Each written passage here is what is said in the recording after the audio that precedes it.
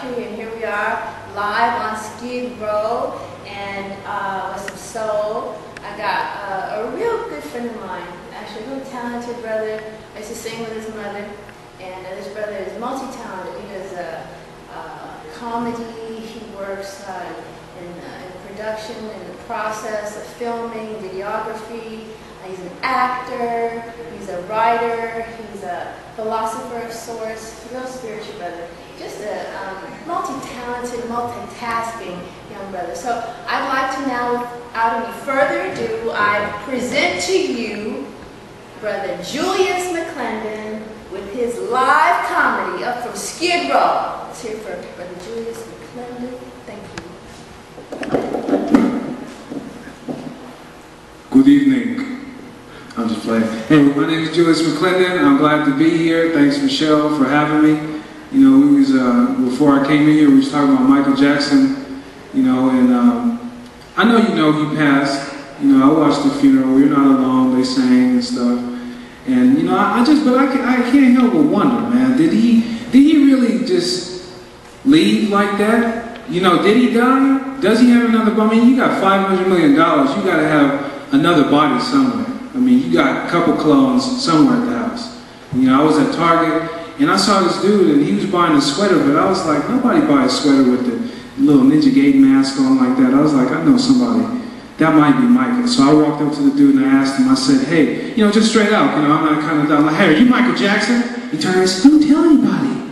So, I didn't know if I was going to get arrested for revealing his secret. But Michael's out there somewhere, man. And I remember when I was little, you know, you watch the music videos and stuff, and he has those little moves, like with his hand and stuff like that. It's like, how do you know, what if he was cooking and stuff? What if he had parsley? Like, add the parsley. You know, so I don't know if I know Mike had some little moves, and he would, when he would be like, like that really meant something. That was exclusively a Michael Jackson moment. Michael Jackson was trying to get across something greater than words. You know, like Michelle was telling me some dude on the street was doing it, like, you know, you walk past, you know, you might, hey, brother, I'm sorry, I didn't mean to wrong you like that, brother, I didn't know. So, Michael Jackson, yeah, it's important. It's important to at least 3 times a day, man. It gets your stress levels down. You know, you get your push-ups in. You know, so you feel like a brand new person. And wow, you know, it's just to me, like, all these people passing and stuff. I think we, you know, as people, we gotta pay attention to that. We gotta look within ourselves and say, all right, who's gonna take the weight? Like that Kool and the Gang song. Who's gonna take the weight?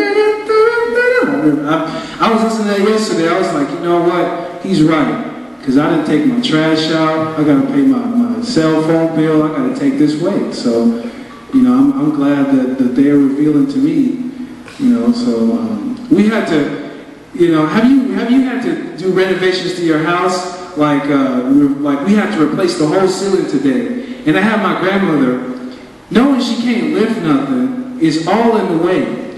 Like, we out there lifting this big old 7,000 slab pound of drywall, and she gonna come out there, well, baby, let me get this side. I was like, Grandma, you need your arms for the rest of your life. I don't want you to lose them on account of this drywall. It's not fair. So we'll get it. Yeah. I play a lot of Nintendo games. You know, when I was little, I had all the cartridges and stuff. My friends used to come over. We used to play this game called Karate Kid.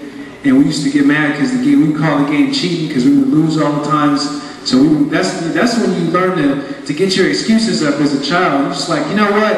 It was the trajectory of this house. That's what happened. That's why I lost, because the house is slanted. It says 47 degrees. Mama, that's why. Okay, I'll go to bed. Yeah.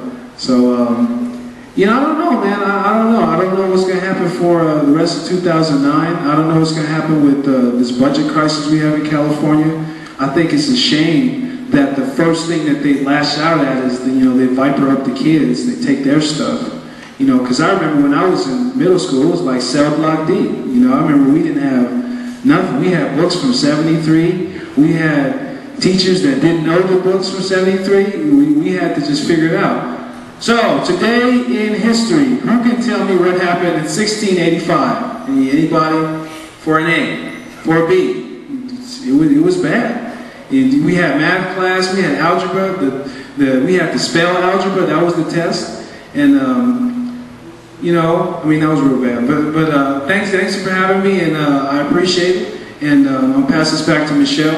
Oh, okay. You know, Snoop Doggy Dogg, by Rutledge playing. If you listen to rap music, man, what happened to rap music, man? I mean, I remember when you could turn the radio on at 12 o'clock in the afternoon and turn it off at 8:30 before you went to bed, because, you know, after Nickelodeon went off, I had to go to sleep, you know, but you could keep the radio on the whole time. And now it's like, I mean, every song had something. It's like you could tell Tupac from Snoop, from Dre, from whoever else I listened to 3 people back in the day. We had 4 tapes in the house. It was just like, all right, just turn it over. We'll party again. So, and now it's like everybody's talking the same thing. And all the songs are like, every song is the same beat. It's like, do, do, do, da, bo, like, that's it? That's what we got to listen to? Is that what we're teaching the kids? My bubble gum, supersize it, you're the customer? What the hell are you saying? That ain't no song. What kind of, you pitching these kids? No, man, I think we need to reform our popular music, you know, so that it's less stupid and more substance, you know, because, you know, in 10 years, the kids that's running around, I'm the customer, yeah, that same kid is going to be working at some store.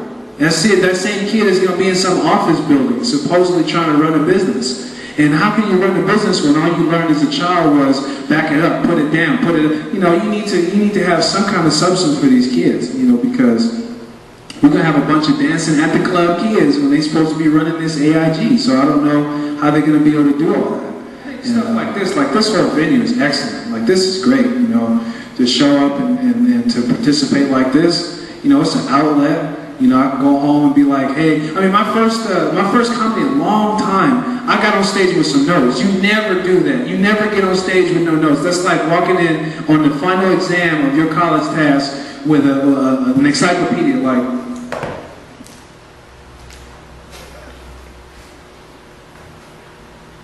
fail. That's exactly what you're going to get, because they are not going to take you in the class cheating that hard. You can't even, now I see people that don't study so bad, they professionally cheat. They're like, okay, look, I'm going to go into class, I'm going to wear the blue scarf, okay, I'm going to sit right there. I'm going to fill out 1 through 7, and then I'm going to go to the bathroom. I'm going to give you the scarf and you go finish it. Come on, the essay part. You can do the essay part, right? We'll both fail, epically, because ain't nobody that stupid, you know, and I remember I had to take this test called, it was called the Stanford 9, and it was a test that is supposed to see if you're smart enough to pass high school. You know, aside from the 6 classes they give you, they're going to give you this one test, and that if you, let's say you got an A in all your classes, but this test you didn't pass, you still got to stay behind the grade. And I felt bad, because I felt like some of my friends were going away to jail, because it's like, after the end, it's like, all right, homie, I didn't make it, man. You know, I don't know what life is going to be like without you, man. It's like, Fred, you getting out in 6 months, man. You know, it's not that bad. God, just study, man. Well, that's my time. God bless you, and love, peace, and strength. All right, Julius. I'm going to give it up for my friend Julius McClendon, and we just hope the best for you. God bless you. God bless, best continued success here on Skid Row and everywhere you go. And there you have it. Come and be free with me and my friends. And the next episode of Be Free With Me or True News you can use here live up from Skid Row, where we just keeping the soul and telling some truth with interviews and other true news that you can use. Thank you, and we look forward to you tuning in the next episode of